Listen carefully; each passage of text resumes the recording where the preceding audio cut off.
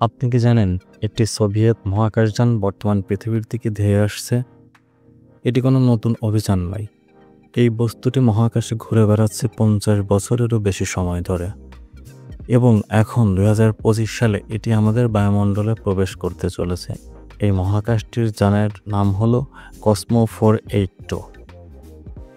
1972 সালের 31শে March Soviet union ভেনারা সিরিজের একটি মহাকাশযান উৎক্ষেপণ করে। এটির উদ্দেশ্য ছিল ভেনাস, যেটাকে আমরা শুক্র গ্রহ নামে চিনি, এটি সম্পর্কে গবেষণা করা। কিন্তু উৎক্ষেপণের কিছুক্ষণের মধ্যেই ত্রুটি ঘটে। এর কিছু অংশ বিচ্ছিন্ন হয়ে যায় এবং পৃথিবীর কক্ষপথে আটকে পড়ে। এই অংশটিকেই আজ আমরা বলছি কসমো 482 নামে। কসমো 482 গত 50 বছর ধরে পৃথিবীর চারপাশে উচ্চ কক্ষপথে ঘুরে বেড়াচ্ছে।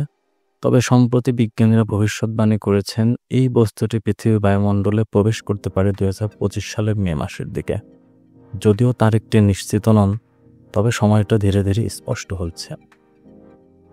কসমোস 482 এর ভর প্রায় 500 কেজি, আর এটির গঠন অনেকটাই শক্ত, আর এর স্পিড হবে ঘন্টায় 17,000 মাইল, অর্থাৎ একটি উল্কাপিণ্ডের মতোই। যদি এটি বায়ুমণ্ডলে পুরোপুরি না পড়ে, তবে এর কিছু অংশ মাটিতে এসে আঘাত করতে পারে। বিশেষজ্ঞরা বলেছেন এটি সমুদ্র বা খালি অঞ্চল লক্ষ্য করেই পড়তে পারে, তবে শহরের উপর পড়লে ক্ষতির আশঙ্কা উড়িয়ে দেওয়া যায় না একেবারেই। এটি আমাদের মনে করিয়ে দেয় যে মহাকাশে প্রতিনিয়ত ঘুরে বেড়াচ্ছে হাজারো স্পেস জাঙ্ক, পুরনো স্যাটেলাইট আর ধ্বংসাবশেষ। বিজ্ঞানীদের মতে ভবিষ্যতে এমন আরও বস্তু পৃথিবীতে আসতে পারে।